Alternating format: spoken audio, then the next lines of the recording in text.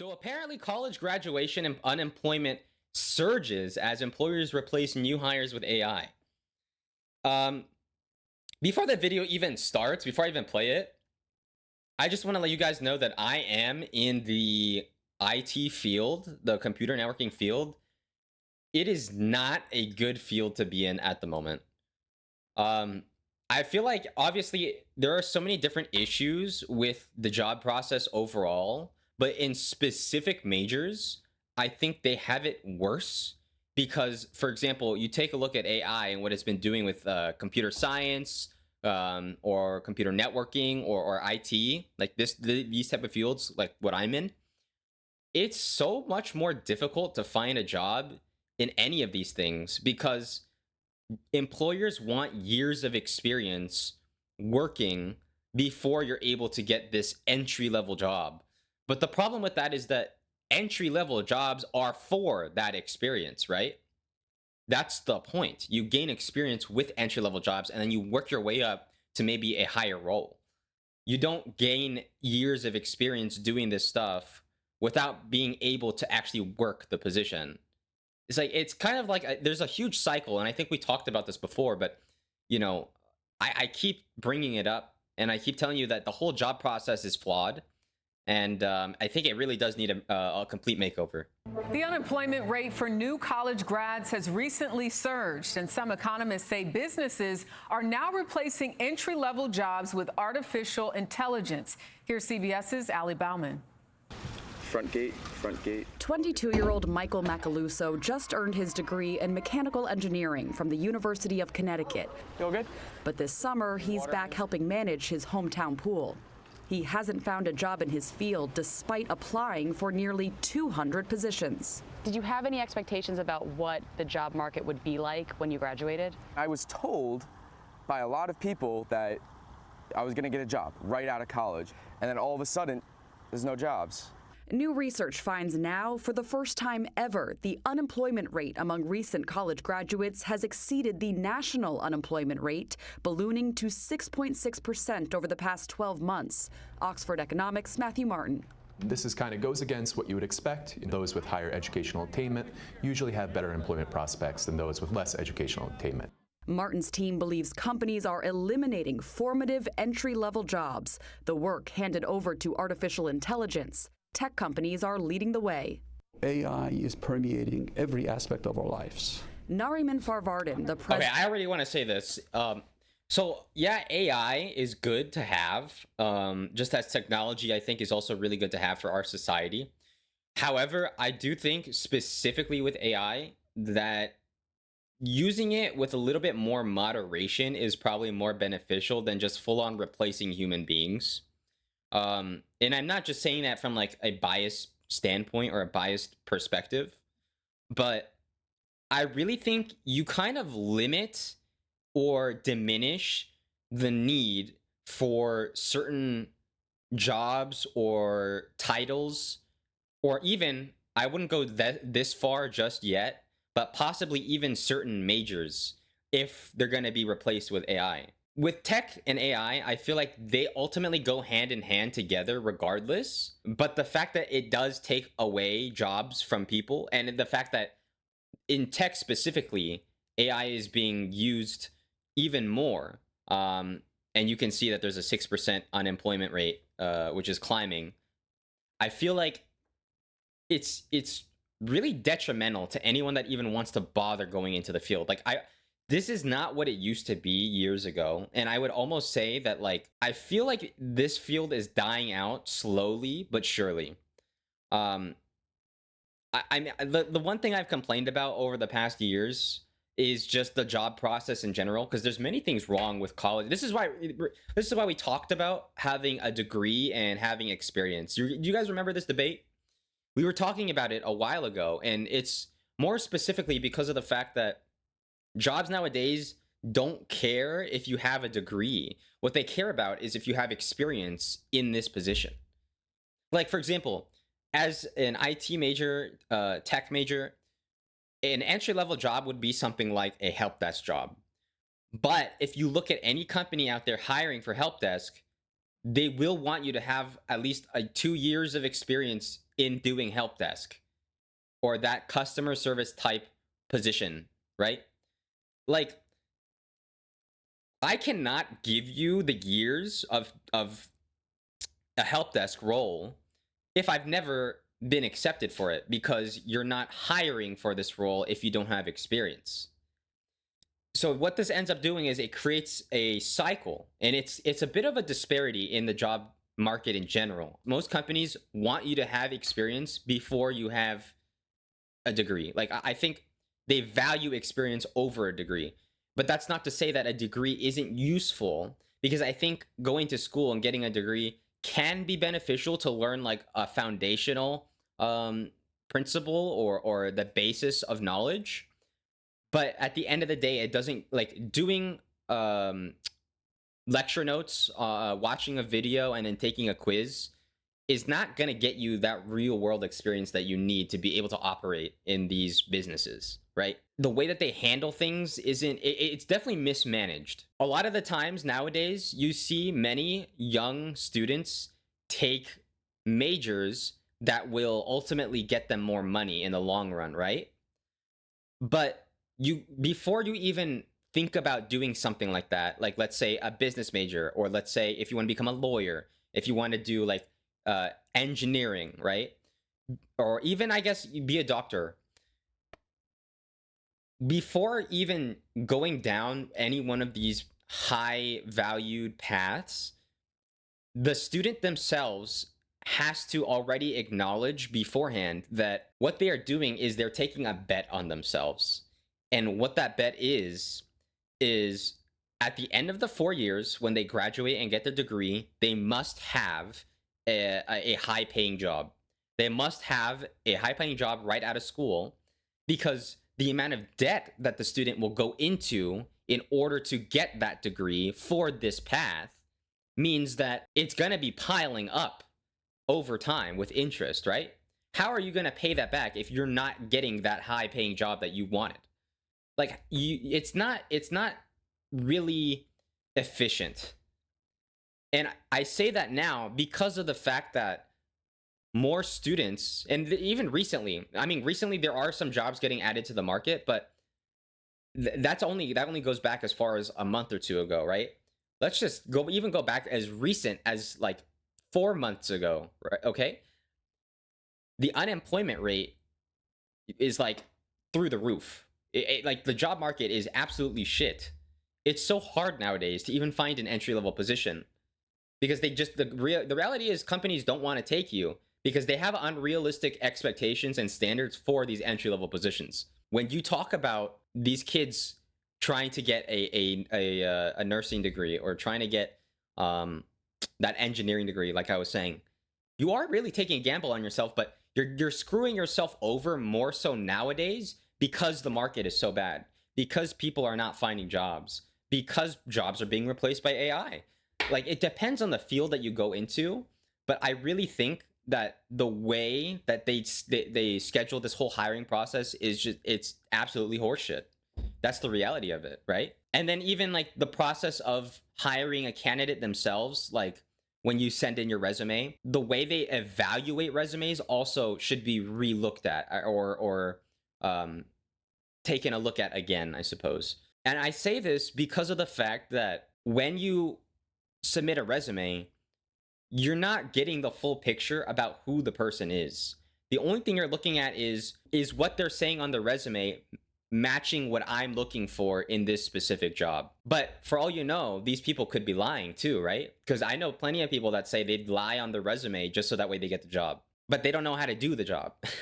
That's the point, right? The thing is like, some people might not be great at writing their resumes, or maybe they're not great at interviews, like but that doesn't like explain the full picture. That doesn't show everything that the person has to offer in terms of skill and value, and it definitely doesn't show who they are as a person either. I would say a lot of resumes get thrown in the trash without ever actually being looked at by a real person, because the reality is that nowadays, since AI is being more talked about, I feel like AI is actually also being incorporated into a lot of these hiring processes with resumes, where AI might take a look at your resume before an actual human does, right? so humans don't have to do all of the work. Stevens Institute of Technology says his school has been preparing for the AI revolution for the last 10 years. He expects disruption throughout the workforce will be bigger than the disturbance brought on by the introduction of the internet, and it could last up to 15 years. I think AI has the potential to either augment or maybe totally replace jobs that are physically or cognitively repetitive. These jobs are not only done by entry people. There are certain people who do repetitive things for all of their life.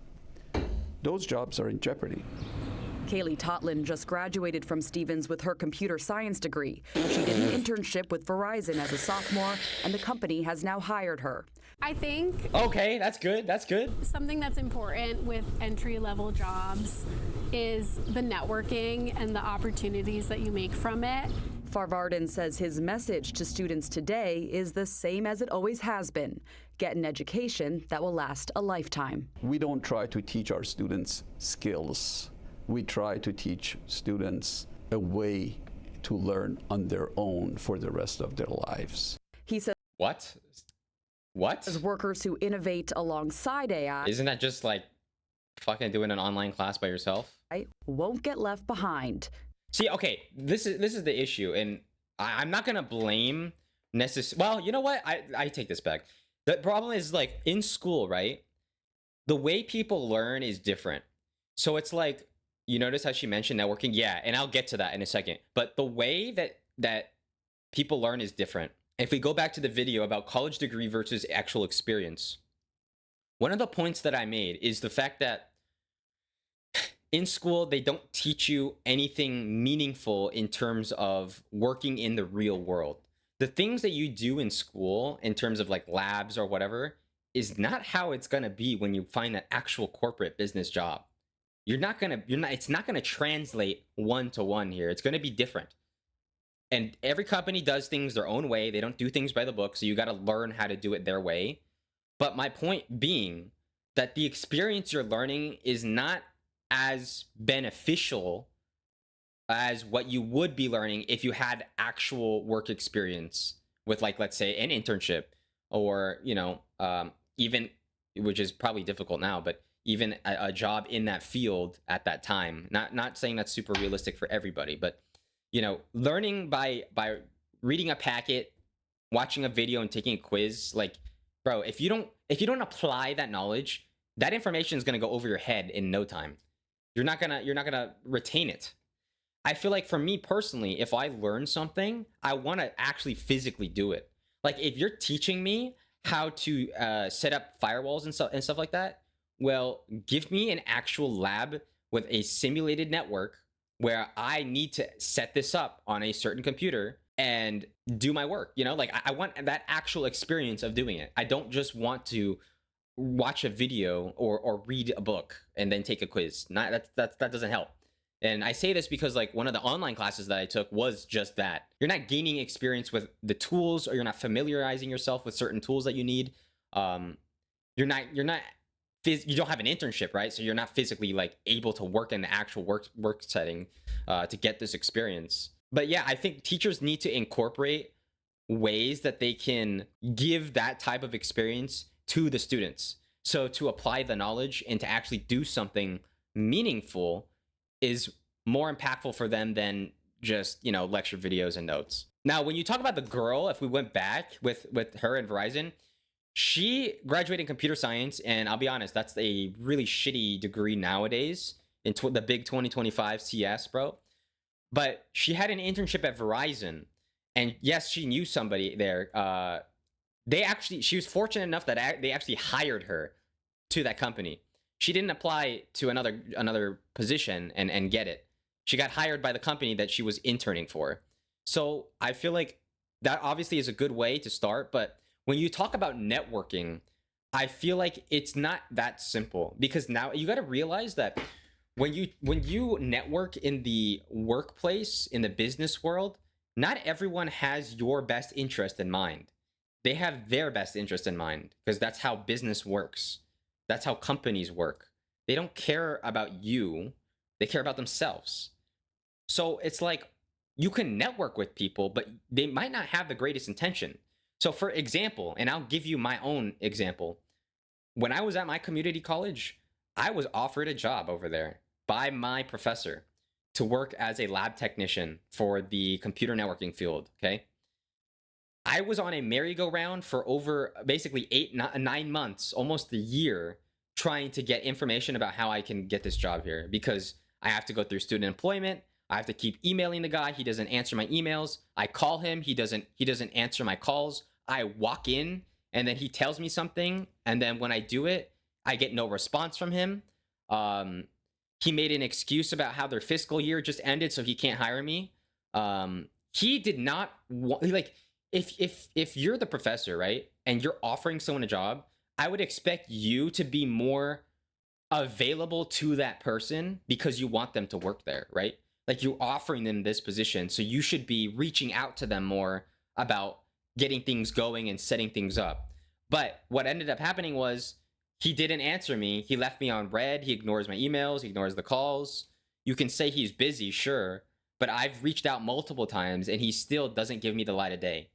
And so at that point, it's like, well, you know what? Okay, I give up. I move on. I'll apply to other places. I apply to other places. No one picks up, right? I get rejected many times. I got rejected from many different stores for entry-level positions, by the way, not even just in tech, but just regular, like a freaking grocery store jobs, right? I get rejected. And, you know, the point is that when it comes to him, at least, I don't know. I lost respect to him. He didn't want to. He offered me the job, but I have a feeling he didn't want to give me the job. And then, you know, I'm in a Discord for that class, and there's some other dude saying, "Oh yeah, he's gonna be my boss soon," or something like that, because he was getting offered a job to work over there. And in my mind, I'm thinking, well, you know, I just went through that last year or 2 years ago, and I find it bullshit that he's giving that to somebody else when he initially offered to me, and then he just went radio silent. You know. So the point is that they don't always care about you, but they care about themselves and what makes them look good, or how they can operate in a way that will be beneficial for the company. So when you talk about networking, it's not as simple as just, oh, you know this person, and therefore that automatically means you get this job. It doesn't work like that. I will say that connections are more important nowadays, yes, in 2025. In almost any place, I feel like if you have a connection, you have not necessarily a guaranteed job, but you bypass an initial first impression of yourself because someone puts in a good word for you. Thoughts on nepotism? Well, I can tell you that I don't think nepotism is right, but that doesn't mean that everybody's gonna, you know, abide by that. I feel like nowadays a lot of people do they do that. I don't think it's right, but I can't really stop that. I just could give you my opinion on it, obviously. I'm gonna, you know what? I'm gonna go here, and I apologize, but you take Bronny, for example. I think this is the easiest example.